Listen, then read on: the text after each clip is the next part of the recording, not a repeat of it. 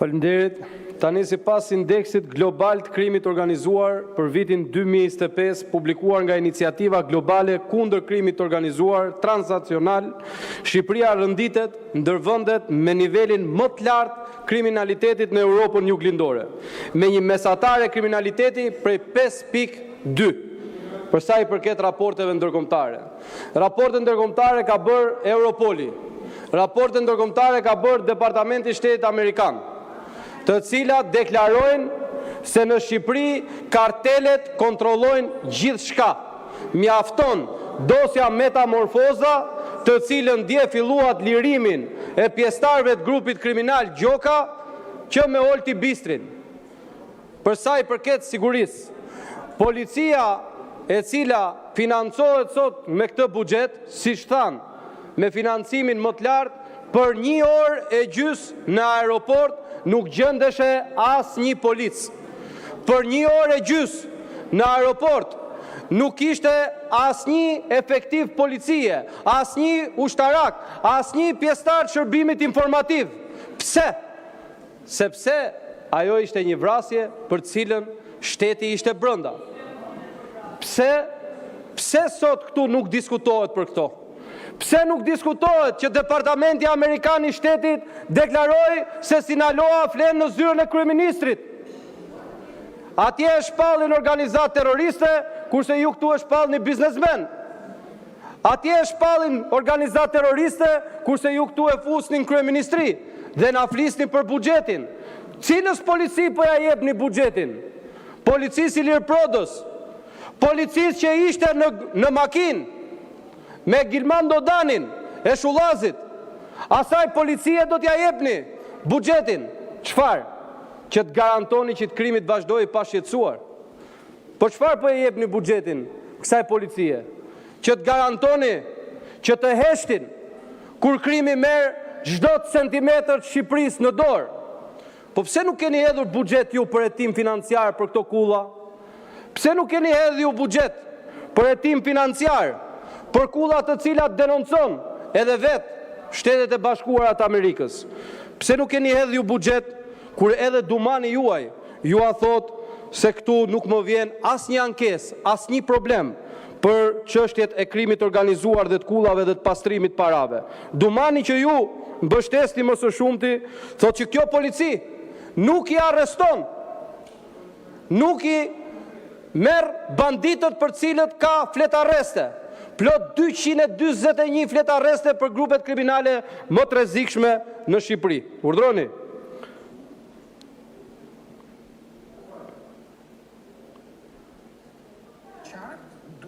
Që personi I cili hetohet, industrinë e ndërtimit e përdorte për të pastruar paratë të grupeve të ndryshme kriminale.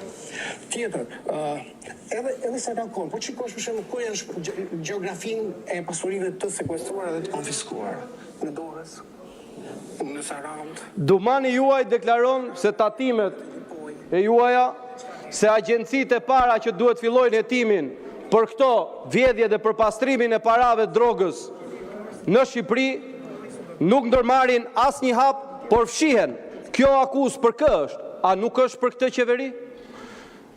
Para 2 ditësh, prokurori I cili ka hetuar Toyota Yarisin në Belgjik është kërcënuar nga mafia shqiptare.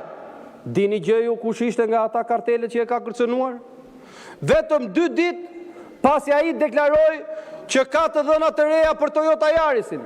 Prokurori Galtieri deklaron nga Italia, nga antimafia, se në Shqipëri kartelet shqiptare janë të vetmet që pastrojnë paratë e tyre në vendin e origjinës, sepse këtu ata kanë siguri.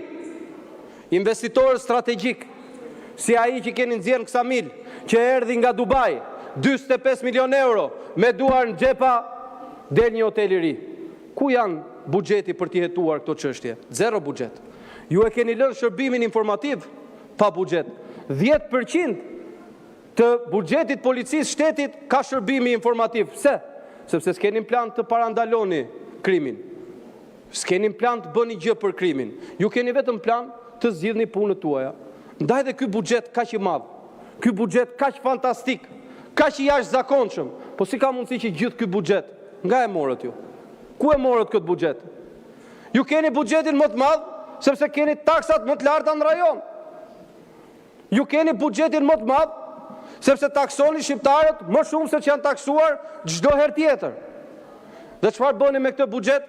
Ja jepni Ministrisë Infrastrukturës dhe Energjetikës 70%. Ndërkohë që kjo ministri, gjysmën e administratës e kanë burg dhe shefen e vet e ka të pandehur pikërisht për vjedhje dhe abuzime në buxhet. Ndërkohë sigurinë e lini pa buxhet. Keni buxhetin më të ulët në rajon për sigurinë. Keni buxhetin më të ulët në rajon për arsimin. Keni buxhetin më të ulët në rajon për shëndetësinë, po keni buxhetin më të lartë në rajon për Ministrinë e Infrastrukturës dhe të Energjetikës. Pse? Sepse aty vidhni më lehtë. Aty vidhni më mirë, me tunele, me rrugë, me energji, me gjithçka. Ju këtë buxhet e keni marrë për ta vjedhur. Ju këtë buxhet e rrisni që të vidhni më shumë, duke ngrënë Vjenoreksi. Tani pan 50 milion euro të Belinda Ballukut, është shtuar rradha kush do kapi 60 milion. Sepse ju jeni në garë me njëri tjetrin, kush i vjedh më shumë qytetarët shqiptar. Nuk ka ngjuar në asnjë vend botës që të ndodhi një ngjarje kaq e rëndë, siç është ngjarja e aeroportit, siç është vjedhja me tunelin e Llogaras, siç është fakti që Sinaloa, karteli më i rrezikshëm botë, hyn në kryeministri dhe mos çohet një ministër, mos çohet një deputet, thot një gjysmë fjale. Pse se thoni? Sepse jeni pjesëtar në krim. Jeni bashkëpunëtor në krim. Kur ju heshni, ju bëheni pjesë e krimit organizuar. Ju bëheni pjesë e karteleve. Ju nuk keni hallin e qytetarëve. Ky buxhet është prova që s'keni hallin e qytetarëve. Që nga momenti që këtë buxhet e jepni te një ministri që është e garantuar që do t'i vjedhi. Që nga momenti që e jepni këtë buxhet te një ministri që është aktualisht në tim. Dhe vim dhe të flasim këtu se kemi buxhetin më të madh, kemi rritur pensionet. Cilat pensione keni rritur? E vetmja gjë që keni rritur ju është kostoja e jetesës. Ju keni rritur koston e jetesës për shqiptarët si asnjë qeveri tjetër. Pse? Vetëm për ato kullat, atyre karteleve, ju i merrni miliona euro vetëm për zbardhjen e lejes, që i kanë në mënyrë direkte Edi Rama. Vetëm për zbardhjen e lejes, ju i merrni miliona euro. Kush e menaxhon atë buxhet? Edi Rama. Ekskluziviteti kryeministrit ka bërë ligj apo stafat që me lejet e kullave të merret vetëm ai. Pse? Sepse i do të gjitha aparat për vete. Dhe nuk është ngopur me kaq, por është kujdesur që të gjejë dhe narko-arkitekt, si Boljeri që është sot në hetim pikërisht për këtë punë. Tashi në datën 23 do të bëhet një gjyq në Itali. Keni një mikun tuaj atje. Njeri që do vinte me dragetën t'i investote 100 milion euro në ndërtim Shqipëri. Në datën 23, ai ka gjyqin, do i shkoni në gjyq. Do i shkoni ta mbroni siç e mbronit këtu para disa vitesh. Galon. Do shkoni ta mbroni atje, siç akuzonit opozitën që shpifte. Kur tani e ka marrë prokuroria italiane, kur tani e ka gjyqin në apel. Përfaqësuesit e ndragetës që ju i sollet tu si biznesmen. Ku i ka policia këto çështje? Policia është e zënë. Po, duhet të prishi shtëpia, duhet të prishi lokale, qytetarëve. Kurse kullat e ndragetës, kullat e Sinaloas ngrihen çdo ditë, rezortet e tyre ngrihen çdo ditë. Çdo raport ndërkombëtar ju tregon se pjesa më e madhe e parave, pjesa më e madhe e karteleve drogës po i pastrojnë paratë e tyre pikërisht në turizëm dhe në ndërtim. Dhe pastaj shkojmë më tutje te siguria kombëtare. Flasim për mbrojtjen. Cilën mbrojtje? Dhe si e krahasoni me kohën e Partisë Demokratike mbrojtjen? Mund kemi pas në shumë probleme. Po çohet njëri nga ju këtu të më gjej një repart ushtarak të mbjellur me drogë në kohën e Partisë Demokratike. Ju e morët mbrojtjen dhe e mbollët me kanabis repartet ushtarake.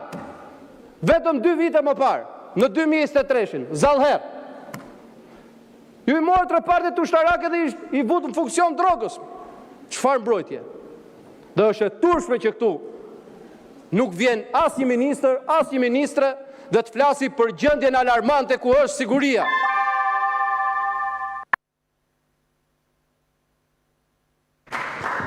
Zonja Balluku, keni fjalën për replik. Tani do rini apo do ikni nga salla se do flasun. Por kur flitet për vjedhje, Klevis Balliu unë duhet ta dëgjoni me vëmendje se ka ekspertizë si askush në këtë botë. Është rritur në një familje ku